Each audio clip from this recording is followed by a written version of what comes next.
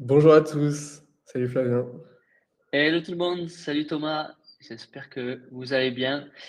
Très content de faire ce webinaire aujourd'hui avec toi, l'équipe Celle-ci, Thomas. Ouais, merci beaucoup Flavien de venir aujourd'hui. Très content de t'avoir encore une fois.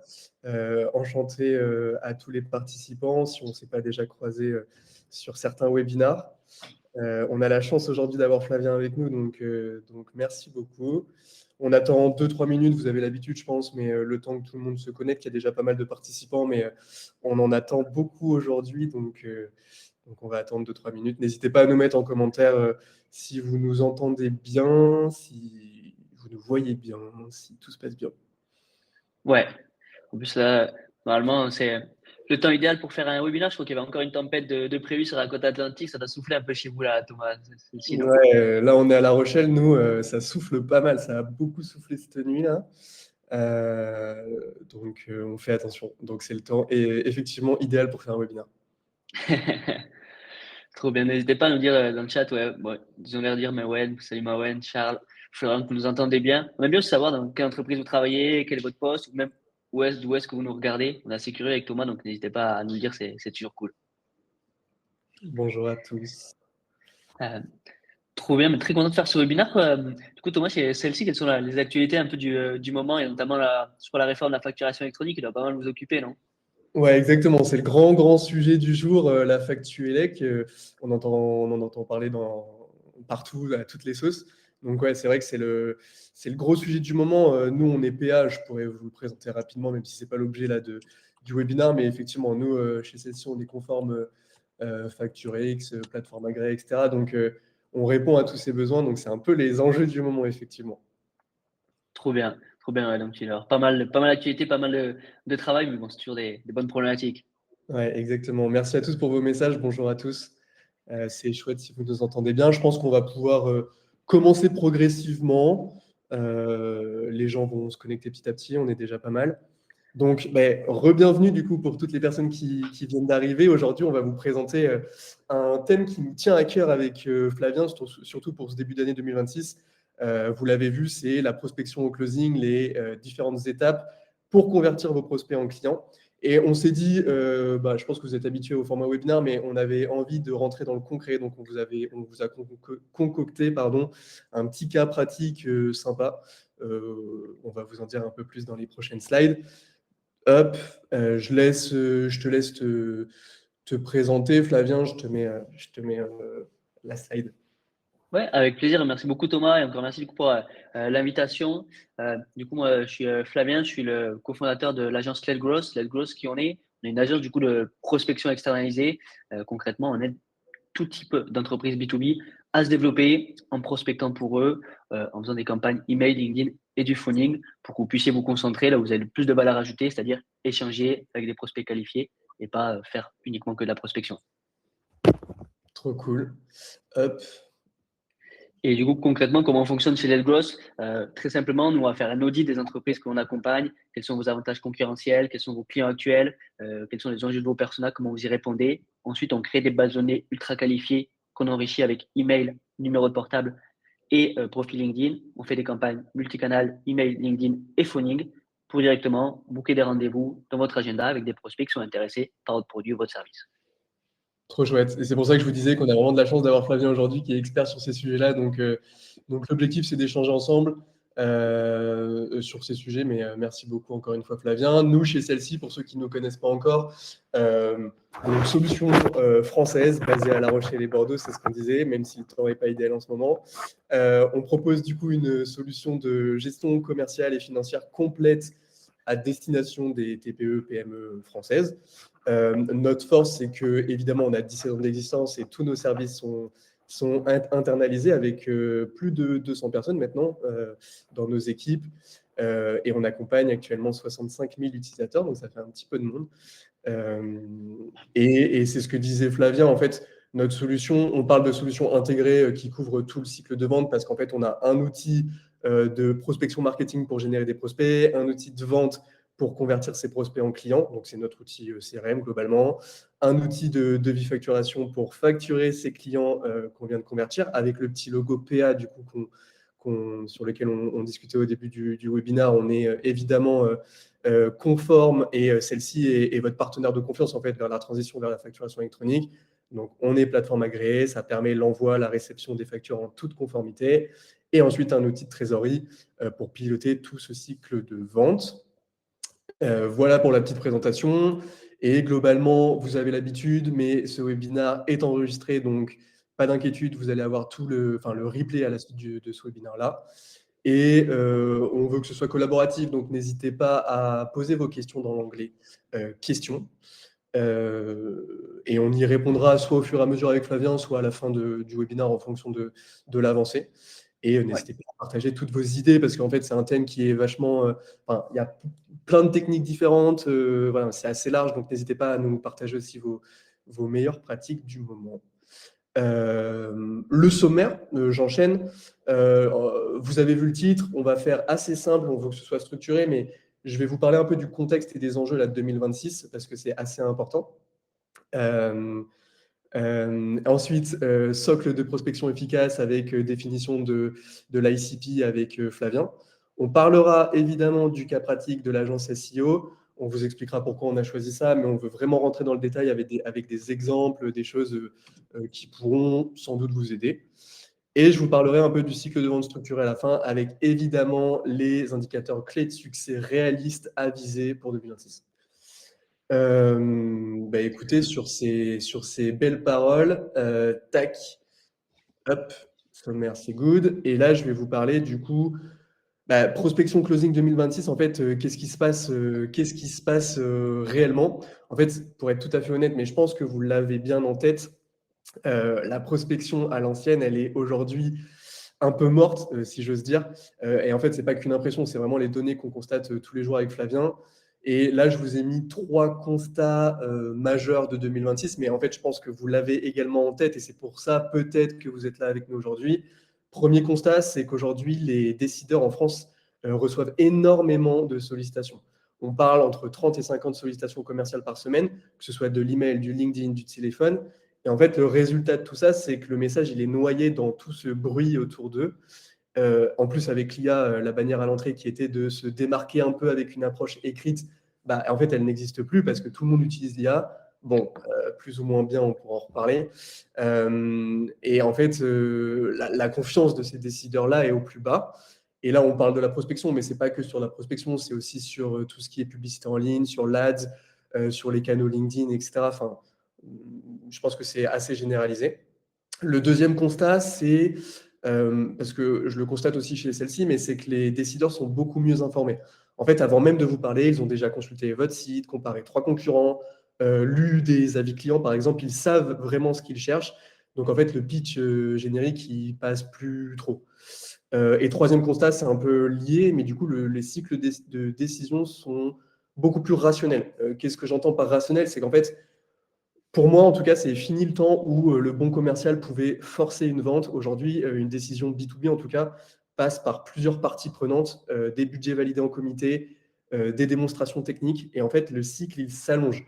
Mais du coup, il devient aussi un peu plus qualifié. Donc, c'est pas plus mal. On pourra en reparler juste après. Donc, en fait, la question pour moi ici, c'est, en tout cas, c'est plus comment on prospecte plus, mais plutôt comment on prospecte mieux. Et c'est exactement ce que Flavien et moi, on va vous montrer aujourd'hui. Je ne sais pas si Flavien, tu vois, est-ce que tu observes les mêmes choses sur 2026? Je pense que oui, mais si tu as des choses à rajouter, n'hésite pas. Ouais, clairement. En fait, il y a un vrai constat, nous, que l'on voit chez la plupart de nos clients. Comme tu as dit, avec l'IA, il y a plus trop de barrières à l'entrée. On voit encore tous les jours sur LinkedIn des prompts révolutionnaires avec Claude. Maintenant, c'est le nouvel, le numéro 1 à la mode pour générer des leads en automatique. En fait, il y a une réalité, c'est que la prospection elle est de plus en plus déshumanisée. N'importe quel prospect a l'impression, quand on vous le contacte, que c'est de l'IA. Sauf si vous êtes sur de la partie téléphone, et encore, on en reçoit, mais la plupart du temps, on va croire que c'est de l'IA. Donc, c'est vraiment être très personnalisé, humaniser la prospection, euh, apporter la valeur, pas proposer des rendez-vous, que le prospect se sente unique. Quand on a envie de prospecter, on veut que la personne qui nous prospecte euh, a fait de l'effort, vraiment travailler avec nous, il ait du coup de la cohérence dans ses propos. Et c'est ce qui fera la différence en 2026.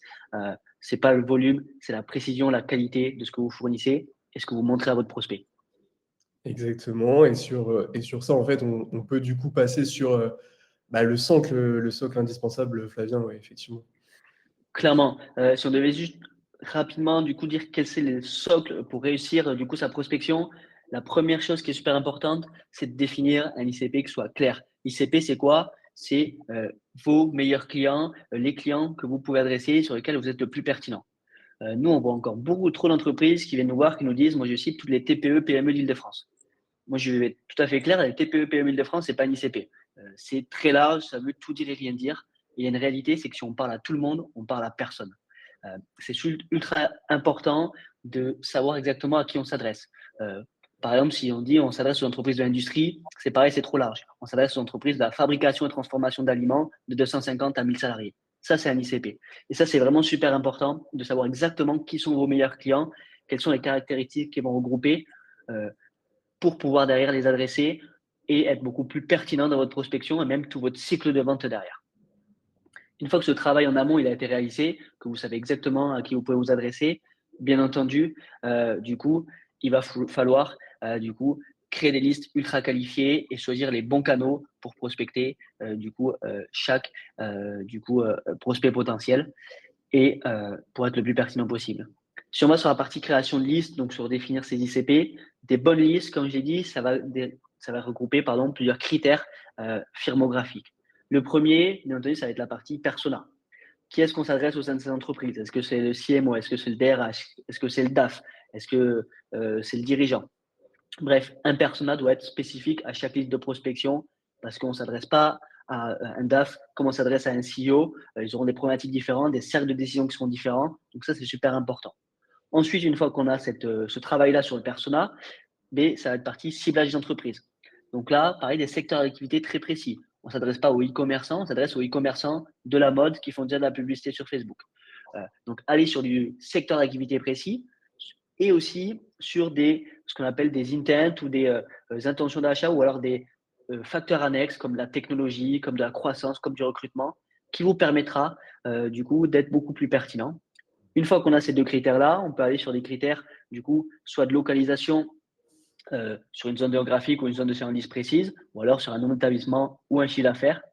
Puis ensuite, on passe du coup sur une taille d'entreprise précise de 10 à 50 salariés, de 50 à 100 salariés.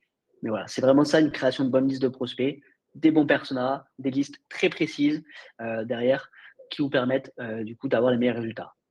Et concrètement, on nous demande toujours, OK, mais comment je fais pour savoir quels sont mes ICP? Il y a une technique qui est très simple et qu'on recommande, nous, à toutes les entreprises qui souhaitent challenger leur prospection ou commencer la prospection. C'est tout simplement d'aller faire déjà une extraction de son CRM. Donc, je vais dans celle-ci, je regarde du coup tous mes clients sur les 6 derniers mois, je les extrais. Encore mieux si on a une cohorte précise, mes top 10 des meilleurs clients, mes clients qui ont la meilleure LTV.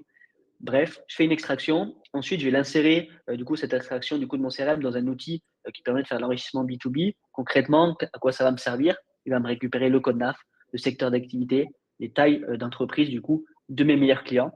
Puis ensuite, très simplement, avec un Excel, on fait des tableaux croisés dynamiques et on va regarder quels sont les secteurs d'activité, les tailles d'entreprise, les CONAF sur ce qui est le plus pertinent. Et ensuite, je vais voir, OK, mon ICP, c'est quoi? C'est entreprises de la fabrication et transformation de produits alimentaires de 50 à 250 salariés. Ça, c'est un ICP précis sur lequel ensuite on peut faire une taille de marché et on peut travailler du coup pour avoir des résultats en prospection. Trop bien, merci beaucoup Flavien. C'est vrai que c'est hyper important et il y a beaucoup d'entreprises aujourd'hui qui passent un peu à côté de cette étape-là. Vous avez peut-être l'impression qu'on répète souvent ces choses, mais c'est parce que c'est vraiment primordial. Et on va le voir tout de suite. On vous avait promis un petit focus cas pratique. C'est ce qu'on fait. On veut rentrer directement dans le vif du sujet avec des exemples juste après. Juste très rapidement, pourquoi on a choisi une agence SEO? On s'est dit que c'était quand même assez représentatif de beaucoup d'entreprises de services B2B en France. Et ça collait bien avec un discours un peu global. Donc, le profil qu'on a choisi, c'est une agence SEO de 10 salariés avec une offre d'accompagnement SEO mensuel entre 2 000 5 000 euros par mois. Et on va aller cibler des PME ETI en France avec des problématiques SEO récurrentes et on va cibler précisément des fonctions décisionnaires comme les directeurs marketing, les dirigeants dans ces entreprises-là. Et on se fixe un peu un objectif commercial. On se dit signer 3 nouveaux clients par mois. Là, vous allez me dire, ouais, c'est pas beaucoup. On va vite se rendre compte que En fait, avec un ticket moyen de 3 000 euros, ça fait 9 000 euros de MRR, donc de revenus récurrents mensuels. Sur un an, c'est 108 000 euros de CA récurrent. Donc en fait, on se retrouve très vite rentable avec des objectifs comme ça. Flavien, du coup, définition de l'ICP de cette agence. Ouais, du coup, pour un ICP d'une agence SEO comme celle-ci, on va prendre du coup, et taille d'entreprise, du coup, des PME, donc des entreprises de 20 à 100 salariés. Pourquoi? Parce que l'objectif, c'est qu'ils aient déjà un certain nombre de revenus, un certain nombre de trésoreries, et surtout qu'ils aient des objectifs ambitieux, du coup, de développement pour aller chercher plus de trafic, qui peut correspondre, du coup, à un accompagnement des agences SEO. Donc, chiffre d'affaires entre 2 et 20 millions d'euros. On pourrait me prendre un peu plus petit, mais on a choisi, du coup, d'avoir des entreprises un peu plus grosses pour cette ICP-là. Ensuite, bien entendu, on va aller sur des secteurs spécifiques. Une agence SEO, qu'est-ce qu'elle fait? Elle promet du coup à ses clients, en tout cas, elle va travailler pour augmenter le trafic, donc avoir plus de leads entrants. Donc, il faut qu'on soit sur des secteurs sur lesquels il y a beaucoup de concurrence, sur lesquels il faut faire de l'acquisition. Donc, les e-commerce, secteur ultra concurrentiel, sur lesquels on fait beaucoup de publicité payante, mais souvent le SEO peut être délaissé. Les SaaS B2B, comme peut l'être celle-ci, secteur ultra concurrentiel, sur lequel l'acquisition sont des vrais enjeux de maximiser tous les leviers qui puissent exister et plusieurs autres typologies d'entreprises qu'on va détailler après, de services professionnels, pareil, toujours des entreprises. Plus il y a de la concurrence, plus une agence SEO du coup pourra être pertinente. Ensuite, au niveau du coup des personas, directeur marketing, responsable digital pour les plus grosses entreprises, du coup qui vont être entre 50 et 100 salariés, ou du dirigeant pour tout ce qui va être de 20 à 50 salariés. Ça, c'est toujours très important aussi quand on fait des listes, de ne pas prendre les dirigeants, par exemple, là, on a des listes d'entreprises de 20 à 100 salariés. Moi, je vais prendre les dirigeants que jusqu'à 50. Au-dessus de 50, souvent, on n'est plus dans l'opérationnel. Il va vous rediriger, mais il ne va pas gérer le sujet. Donc, aussi bien associer le bon persona à la taille d'entreprise qu'on cible. Et quatrième information, on va essayer, pour être encore plus précis dans nos listes, de identifier des problématiques SEO récurrentes. Concrètement, ils ont déjà un article de blog, mais ils ne publient pas beaucoup. Ils ont un trafic qui est inférieur à leurs concurrents avec des outils comme SEMrush, Ahrefs. On peut avoir ces infos-là pour être le plus pertinent possible dans ce qu'on va leur proposer ensuite.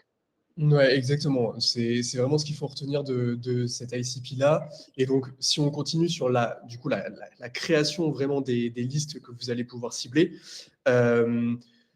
toujours en fait dans cette optique de chercher la cible idéale, on préconise de construire des listes de prospects vraiment très précises. C'est ce que disait Flavien, mais ça veut dire quoi par exemple? Ça veut dire on arrête de segmenter de façon globale et basique. On va pas dire les dirigeants d'e-commerce de 10 à 19 salariés. Moi, ce qu'on préconise avec Flavien, c'est plutôt une segmentation précise basée sur des intentions. Donc, on va aller plutôt cibler, et c'est la liste 1 qu'on vous propose, c'est plutôt tous les dirigeants responsables marketing e-commerce qui ont par exemple le pixel méta. Le pixel méta installé et qui viennent vendre tel type de produit sur tel type de secteur. Là, ça a beaucoup plus de sens. On vous a ensuite mis, par exemple, tous les SaaS B2B entre 20 et 80 salariés, les cabinets comptables, les organismes de formation, les agences IMO. Mais par exemple, c'est exactement la même logique. On va essayer d'aller chercher de l'intent supplémentaire. Je passe aussi sur cette partie méthodologie et outils parce qu'on en entend énormément parler sur LinkedIn. Il y a vraiment des millions d'outils différents. C'est un peu le bazar sur le marché, soyons honnêtes. Nous, ce qu'on préconise, c'est d'avoir quand même une stack technique avec un ou des outils de création de bases de données. Flavien en a parlé au début. En fait, ces outils permettent d'identifier les profils décisionnaires au sein des entreprises cibles. Un ou des outils d'enrichissement pour évidemment trouver les coordonnées exploitables sur vos décideurs. Et ensuite, bien sûr, un CRM qui va centraliser toutes ces données, qui va imbriquer tout ça pour un suivi structuré et collaboratif. Et en fait, c'est le point vraiment primordial parce qu'on va se rendre compte dans la suite du webinaire que c'est la clé d'entrée pour avoir un cycle de vente hyper structuré. Donc, Ouais. sur la création des listes. Et ensuite, en termes de messages et logique, je crois que tu avais des bonnes pratiques à nous partager, Flavien. Ouais, on va aborder rapidement les différents canaux d'acquisition, email, LinkedIn et phoning pour vous expliquer, appliquer à notre agence SEO, comment on fonctionnerait. Sur la partie email, on aura d'autres exemples après, mais concrètement, un exemple d'email qu'on peut envoyer, du coup, c'est personnaliser du coup la première approche. Hello Thomas, du coup, j'ai vu que vous avez récemment lancé un nouveau produit, je sais pas, un nouveau sac, du coup, si je cible par exemple pollen. Ou à travailler du coup sur notre approche. J'ai vu que vous utilisez du coup le Pixel Meta actuellement. Beaucoup d'e-commerce du coup dans votre secteur perdent 70% de leur trafic potentiel parce que la stratégie SEO n'est pas optimisée ou vous ne produisez pas assez d'articles de blog ou vous ne positionnez pas sur les bons mots-clés. Concrètement, ensuite, la proposition de valeur, on accompagne des e-commerce comme le vôtre à multiplier leur trafic organique par 3 en 6 mois. Est-ce que c'est un sujet chez vous? Est-ce que ça ferait sens d'en discuter ensemble? Ça, c'est une structure très simple, mais voilà, on personnalise, on prend une intention du coup de contacter le prospect, la problématique est identifiée dans cette cible précise, comment on la résout, et derrière, est-ce qu'il y a de l'intérêt à échanger ensemble? Sur LinkedIn, ça va être très conversationnel, ça va apporter de la valeur. C'est très dur de prospecter sur LinkedIn en 2026, ne jamais proposer de rendez-vous direct, ne pas pitcher. L'objectif, c'est juste de dire et je suis là, je propose un truc qui peut être cool. En tout cas, je veux te partager une ressource, je veux te partager une analyse.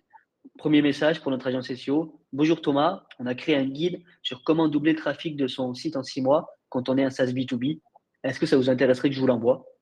Exemple de message, voilà, je partage une ressource qui peut l'intéresser. Deuxième message qu'on peut envoyer. Hello Thomas, j'ai réalisé une analyse du site de celle-ci et j'ai identifié 3 actes d'amélioration qui pourraient vous permettre de doubler votre trafic. Est-ce que ça vous intéresse que je vous envoie cette vidéo? Entre guillemets, j'ai travaillé en amont, je vais te présenter une stratégie, est-ce que ça t'intéresse? Pas je peux t'aider, on prend rendez-vous. Non, vraiment, là, on apporte de la valeur.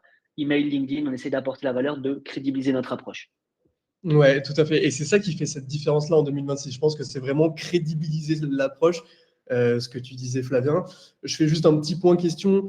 Océane, oui, effectivement, on a des outils directs. On a une marketplace ouverte chez celle-ci, avec une API aussi ouverte. Sophia, je vois votre question juste après. On pourra un peu l'évoquer à la fin du webinaire, mais sur cette partie prospection, on a aussi Flavien avec l'agence qui fait un boulot monstrueux, donc qui est vraiment expert sur ce sujet-là. Alors moi, je voulais quand même vous parler, message de prospection. Peut-être Flavien, Ouais, avant, ouais, je voulais vous partager quelques bonnes pratiques. Peut-être avant, Flavien, je sais que tu es un expert call call et en fait, ça fait peur en fait aujourd'hui à beaucoup de personnes. Et j'avais bien envie que tu nous partages cette petite trame là qui me plaît beaucoup et je pense que ça pourra aider beaucoup nos participants aujourd'hui. ouais, clairement, nous, ce que l'on met en place et qu'on conseille du coup et qu'on fait sur la plupart de nos clients, c'est que l'email et LinkedIn, c'est vraiment pour apporter la valeur.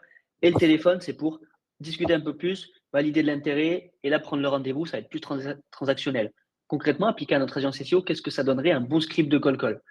Déjà, un intro, une accroche. Pourquoi je contacte cette entreprise? Pourquoi je la contacte maintenant? Hello Thomas, je suis Flavien de chez SEO Go, c'est le petit nom qu'on a donné à notre agence. J'ai analysé le trafic du coup de celle-ci et j'ai constaté qu'il est actuellement bien inférieur à celui de Axonote, par exemple. Euh, Nous aidons du coup les entreprises du secteur du coup des SaaS B2B à gagner des parts de marché en se référençant sur les bons mots-clés afin que les prospects potentiels ils arrivent sur votre site et pas celui d'Axonote. Est-ce que déjà, c'est vous qui gérez le sujet SEO et acquisition, c'est celle-ci? Une fois qu'on a justifié notre approche, fait un mini pitch, bien entendu, on valide que ce soit lui qui gère le sujet. Soit il nous dit oui, on continue, soit il nous dit non, on demande une recommandation, ou on a l'organigramme sous les yeux. Ok, c'est pas toi Thomas, c'est peut-être Laurine ou Floriane qui gère ce sujet, c'est celle-ci. Si c'est lui, on continue avec un pitch éclair. Concrètement, pour t'expliquer Thomas, rapidement, nous chez SEOGO, on aide des entreprises comme celle-ci à se référencer sur les requêtes les plus recherchées par vos prospects. L'objectif, c'est vous permettre de tripler votre nombre de visiteurs mensuels en 6 mois, d'augmenter les demandes entrantes, et quand un prospect il cherche un CRM, il tombe sur votre site et pas celui de votre concurrent. Une fois qu'on a montré notre proposition de valeur, là, on essaie de voir s'il y a de l'intérêt. Est-ce que ça aurait du sens d'échanger en début de semaine prochaine, que je vous montre l'analyse que j'ai faite de votre site et que je vous présente une stratégie qu'on pourrait mettre en place chez vous. Et là, soit il y a des objections, soit il accepte le rendez-vous, soit il n'accepte pas. Souvent, on arrive sur la partie objection. Oui, on est déjà accompagné, non, c'est pas un sujet, etc. Et là, c'est traitement des objections pour valider le prospect. Mais concrètement, un bon pitch, c'est ça. Pourquoi je te contacte à toi? Pourquoi je te contacte maintenant? Je personnalise. Est-ce que tu es le bon interlocuteur? Qu'est-ce que je peux te proposer? J'ai une stratégie que je voudrais te montrer. Est-ce que ça vaudrait le coup d'échanger ensemble? Ouais, trop bien. Et je pense que c'est vrai que cet exercice-là d'appel à froid, il est vraiment pas simple pour beaucoup de personnes. Et je pense que essayer au moins de se rapprocher de ce script-là, ça permet de bien aider. Et moi, je voulais juste rajouter sur la partie conseil, en fait, pour augmenter votre taux de clic et de réponse, parce que c'est ça qu'on cherche aussi, à avoir une réponse à vos séquences d'emailing, de LinkedIn, etc., pour ensuite faire un call de qualification. Très simple, ça peut paraître bateau, mais en fait, juste ne commencez pas à parler de vous et de votre solution. En fait, dans un premier temps, il faut parler du prospect et de ses enjeux. Vous pouvez utiliser un icebreaker pertinent et simple, par exemple un changement de poste, l'élargissement d'une équipe, un recrutement actif. Vraiment expliquer dès la première ligne pourquoi c'est logique que vous contactiez cette personne-là. Et on identifie aussi beaucoup les pain points, donc en gros tout ce qui est point de douleur commun auquel votre cible est généralement confrontée en ce qui concerne cette implication-là. Donc ça, c'est intéressant à avoir en tête. Utiliser un objet d'email court, bon, ça paraît évident, mais il faut faire aussi attention à la preview. Vous savez, il y a l'email et la première ligne que vous voyez, la preview est importante aussi pour le taux d'ouverture. Être évidemment transparent et simple avec sa proposition de valeur. En fait, il faut que votre prospect puisse se projeter. On utilise des preuves sociales, c'est ce que disait Flavien, mais voilà, c'est des points primordiaux pour moi, je le vois au quotidien. On utilise des preuves sociales qui renforcent la crédibilité dans le cadre de vos activités de sensibilisation. Je pense que c'est vraiment important d'avoir ça en tête. Et là, si on va sur le point 5, en fait, je vois encore beaucoup trop d'emails avec plein de questions. Pour moi, c'est plus possible. Il faut aller droit au but. On peut utiliser un call to action doux. C'est ce que je vous mets à droite. Qu'est-ce que j'entends par là? C'est vraiment, on priorise des phrases comme est-ce que ça vaut le coup qu'on en discute? Est-ce que vous avez envie d'en savoir plus? Plutôt que demander 30 minutes lundi prochain à 15 heures. Je pense que la valeur n'est pas forcément au rendez-vous. Donc ça, Ouais. c'est pour ça. Et on vous a mis également un exemple concret de campagne multicanal qu'on pourrait potentiellement utiliser en tant qu'agence SEO, toujours dans cette optique d'application de cas pratiques. Il y a énormément de possibilités sur les séquences. Donc là, c'est juste un squelette. Mais ce que je trouvais important, c'est quand même avoir en tête les points clés, c'est-à-dire le check du compte, on regarde dans notre CRM si on a des informations pertinentes sur ce prospect-là. On peut ajouter évidemment le prospect LinkedIn de façon automatique. On identifie les informations pertinentes, donc je vous en parlais, les intents, le job, compétences, etc. Et ensuite, il y a des outils qui peuvent également vous aider à analyser le site internet pour voir quels outils ils utilisent au quotidien. Comme Wapalizer, ça vous permet de voir quels outils ils utilisent. Et ensuite, la structure, on vous a parlé des premiers emails, on vous a montré des exemples. Le premier call, Flavien vous a montré comment on pouvait le structurer. On peut également laisser un message vocal pour faire référence à l'email qui a été envoyé, ça fait toujours un petit effet. Les relances, on va vous montrer juste après. Et ensuite, je me répète, mais utiliser du contenu. Il faut recycler les livres blancs, les témoignages. On utilise du contenu pour les preuves sociales. Et là, il y a, en ce moment, on en entend beaucoup parler aussi, c'est intégrer les vidéos. J'ai vu que sur LinkedIn, on avait la possibilité maintenant d'intégrer une vidéo directement. Ça peut être intéressant, je n'ai pas encore les stats dessus. Je pense que ça peut être chouette à utiliser. Mais en tout cas, voilà, c'était pour avoir un exemple concret de campagne multicanal qu'on pourrait potentiellement utiliser. Et ici, Flavien, ouais, on a mis des exemples d'emails de relance, en fait, pour vous aider. Ouais, exactement, des exemples d'emails que vous pouvez structurer. Juste avant de les présenter, je rebondis sur un truc qui t'a dit, c'est super intéressant et qui fait beaucoup de résultats en prospection, c'est les preuves sociales. Et ça, il faut être très pertinent. C'est-à-dire que si vous parlez à celle-ci, vous leur dites des noms de concurrents, d'autres CRM avec qui vous avez travaillé. Et c'est comme ça, du coup, en faisant du lookalike, en étant pertinent avec des références qui leur parlent à vos prospects, qui vont prendre des rendez-vous. Et nous, on le voit chez nos clients, il y a plein de personnes qui disent, je prends rendez-vous parce que vous avez travaillé avec lui. Et presque, ils s'en fichent du pitch avant. Il sait que tu as travaillé avec lui, donc c'est pour ça que ça l'intéresse de savoir. Et ça, c'est trop sous-coté en prospection. Parler des concurrents directs ou d'entreprises similaires, ça va vraiment vous aider dans votre prospection. Et du coup, des emails de relance, des exemples d'emails. Donc, comme on l'a dit, toujours apporter la valeur. Un exemple de premier email, objet très simple, analyse SEO celle-ci. Bonjour Thomas, j'ai réalisé une vidéo dans laquelle j'analyse la stratégie SEO de celle-ci, les mots-clés sur lesquels vous pourrez positionner, un comparatif avec vos concurrents, des actes d'amélioration. Est-ce que ça ferait sens que je vous l'envoie ou qu'on prenne 30 minutes que je vous la présente? Toujours pareil, j'ai travaillé en amont, je vais te présenter quelque chose qui peut être pertinent pour toi. Est-ce que ça t'intéresse? Autre email de prospection, de relance, un email 2, un email 3. Bonjour Thomas, on a publié un cas client dans lequel on détaille toute la stratégie qu'on a mis en place chez votre concurrent. On a triplé son trafic du coup de nos visiteurs en 6 mois. On donne le cas client, c'est toujours mieux si on apporte de la valeur directe sans attendre de retour. Mais en plus, derrière, on propose un petit call to action. Si vous le souhaitez, je peux vous montrer comment je pourrais mettre la même stratégie en place chez celle-ci, au plaisir d'échanger. Voilà, quelque chose de très doux. On travaille avec un concurrent. Voici le cas client. Si ça t'intéresse, je te montre comment je fais pareil chez toi. Toujours pareil, on apporte de la valeur, on montre notre expertise et le prospect, s'il est intéressé, il vous répondra ou quand vous l'avez au téléphone, il acceptera le rendez-vous. Ouais, exactement. Enfin, effectivement, c'est hyper simple. Et, et une fois en fait qu'on a parlé de tout ça, je vois le temps qui tourne, mais je trouve que c'est important quand même de prendre le temps. Si vous avez encore pas le temps, restez avec nous évidemment. Mais là, on a parlé de la partie prospection. J'avais envie de vous parler de réponse à votre cold email, une réponse à votre premier call de prospection. Vous avez planifié un appel de qualification, c'est top. Ce que j'appelle ici R1. Mais en fait, c'est vraiment pour moi le moment de vérité dans votre cycle de vente. Et pourtant, il y a beaucoup de commerciaux qui se plantent parce qu'on confond parfois découvert, démonstration, etc. Pour moi, là, l'objectif du R1, c'est de qualifier si ce deal mérite votre temps. Point. On ne pitche pas, on ne démo pas, vraiment, on qualifie. Et là, je vous ai mis un squelette, un framework BANT, B-A-N-T, donc budget, autorité, besoin et temps, temporalité. Il y a plein de frameworks possibles, le Spice, le Medic, etc. Mais ce que je trouve intéressant, c'est que là, par exemple, en budget, ça vous donne une trame. Par exemple, la question, c'est quelle enveloppe avez-vous allouée pour se résoudre ce problème? En autorité, ça sera plutôt qui d'autre sera impliqué dans cette décision? En besoin, qu'est-ce qui se passe si vous ne réglez pas ce problème dans les X prochains mois? S'il n'y a pas d'urgence, généralement, il n'y a pas de closing. Et en temporalité, c'est plutôt quand devez-vous avoir répondu, enfin déployé cette solution-là. Si vous avez une réponse, on verra plus tard, c'est directement next pour moi. Et je vous ai mis aussi quelques erreurs fatales que moi, je vois beaucoup sur le terrain. C'est pitcher trop tôt, c'est ce que je vous disais. En fait, le silence du prospect est un signal. Ne le comblez pas avec un pitch, vraiment poser des questions ouvertes et écouter. Le rôle, c'est d'être vraiment le chirurgien du diagnostic. La deuxième erreur, c'est aussi ignorer la qualification budgétaire. Moi, j'entends souvent, je ne veux pas être trop direct sur l'argent. En fait, non, on ne perd pas 3 semaines avec un prospect qui n'a pas forcément le temps, les moyens. Demandez clairement, pour vous donner un ordre d'idée, nos clients investissent entre X et Y euros. Est-ce que c'est cohérent avec ce que vous aviez en tête? Oui, non. Et ensuite, accepter le flou, pour moi, c'est une erreur parce que quand un prospect vous dit « je vais réfléchir », sans date précise, ça traduit généralement par je vais vous rester, je ne vais pas vous répondre. Donc en fait, là, vous pouvez répondre parfait, réfléchissons ensemble. Qu'est-ce qui pourrait vous faire dire oui ou non d'ici jeudi, par exemple, quelque chose comme ça. J'avance rapidement sur ça. Ici, c'est structurer les next steps. Alors là, il y a plein de façons possibles, inimaginables de structurer. Moi, ce que je vous propose, c'est là, on a fait notre R1, call de découverte, très bien. En J+3, on peut faire une présentation de notre approche, plus une proposition commerciale.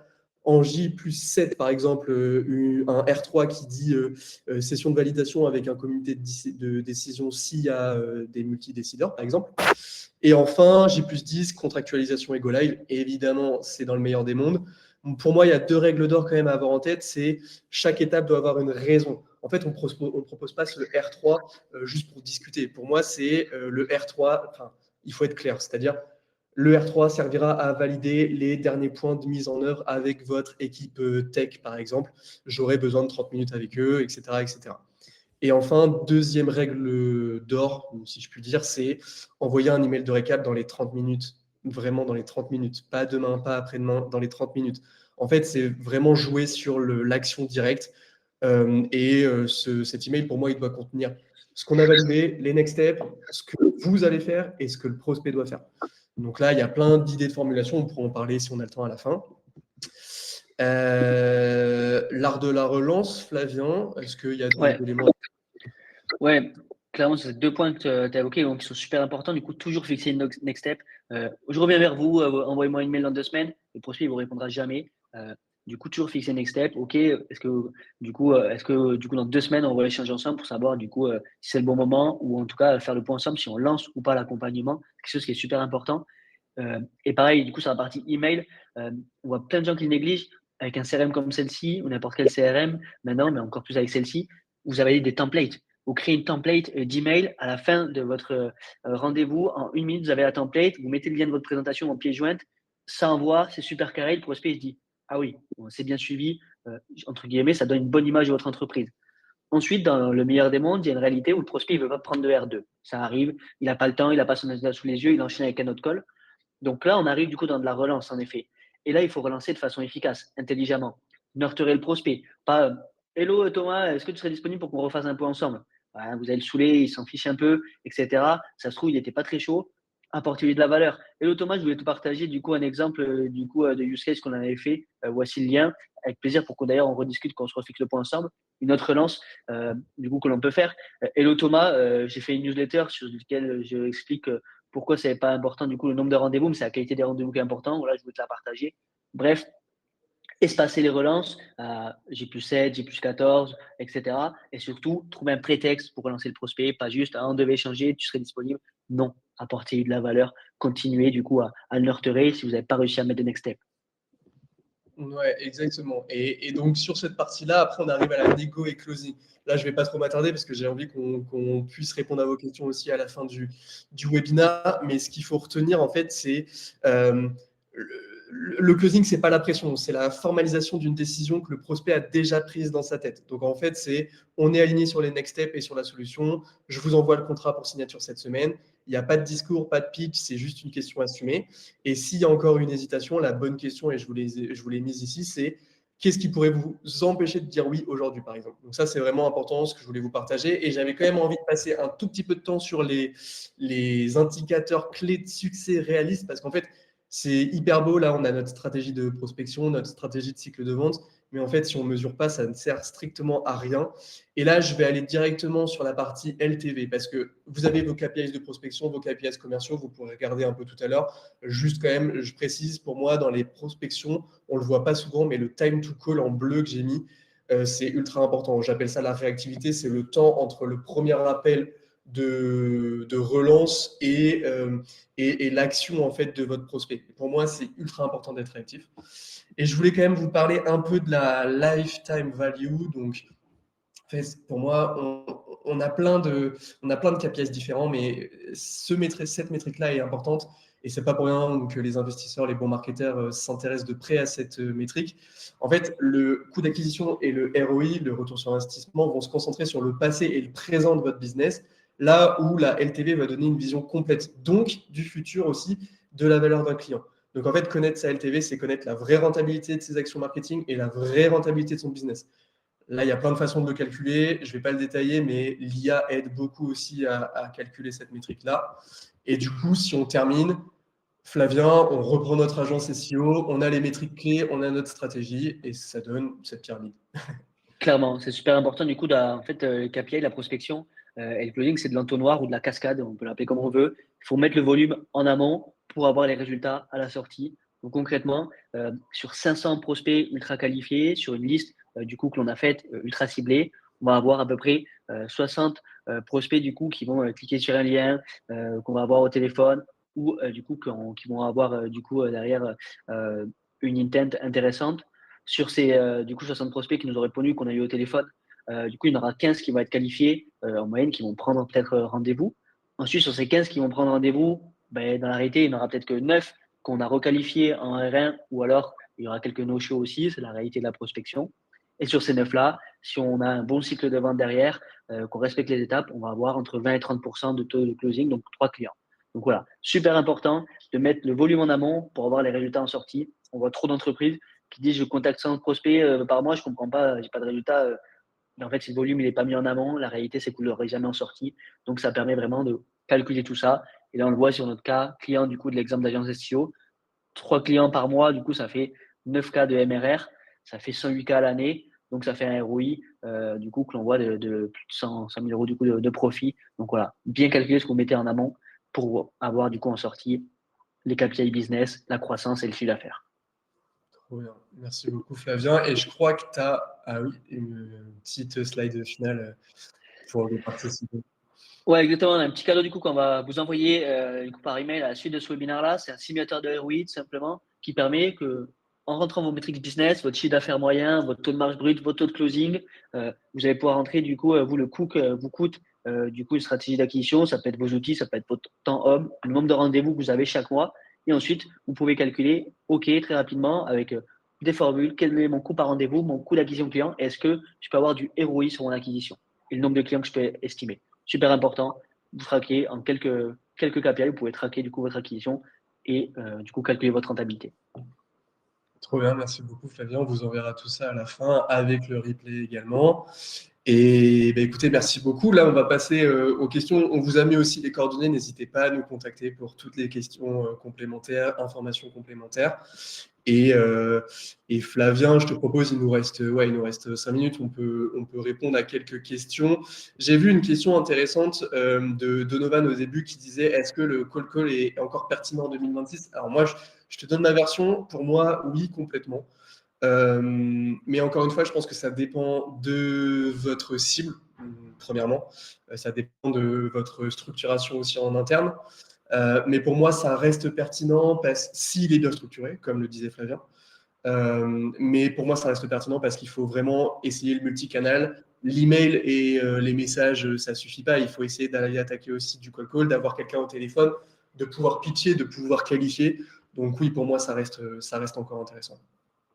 Clairement, et puis c'est le canal le plus héroïste aussi hein, en 2026. Pourquoi? Parce que c'est là où vous pouvez faire la différenciation, vous pouvez humaniser, vous différencier de vos concurrents. Un exemple, j'ai un cabinet de conseil en IT, par email, pour se différencier, c'est vraiment très compliqué. Par téléphone, vous pouvez le faire. Et ça, c'est la vraie différence, c'est parce que ben, vous êtes un humain. Derrière, vous pouvez pitcher, vous pouvez vous adapter en direct à ce que dit votre interlocuteur. Ça, c'est pitcher en direct, en fait, un interlocuteur. Il n'y a que le call call qui permet de le faire. C'est pour ça que ça reste très héroïste.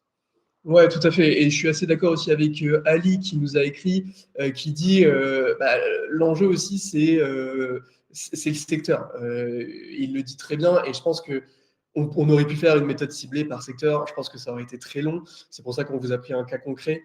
Il faut absolument adapter son discours au secteur, adapter son ciblage au secteur. L'enrichissement ne sera pas pareil non plus en fonction des secteurs. Donc là, on ne pouvait pas vous montrer secteur par secteur, mais effectivement, c'est de l'avoir en tête. Ça diffère beaucoup entre vos cibles évidemment.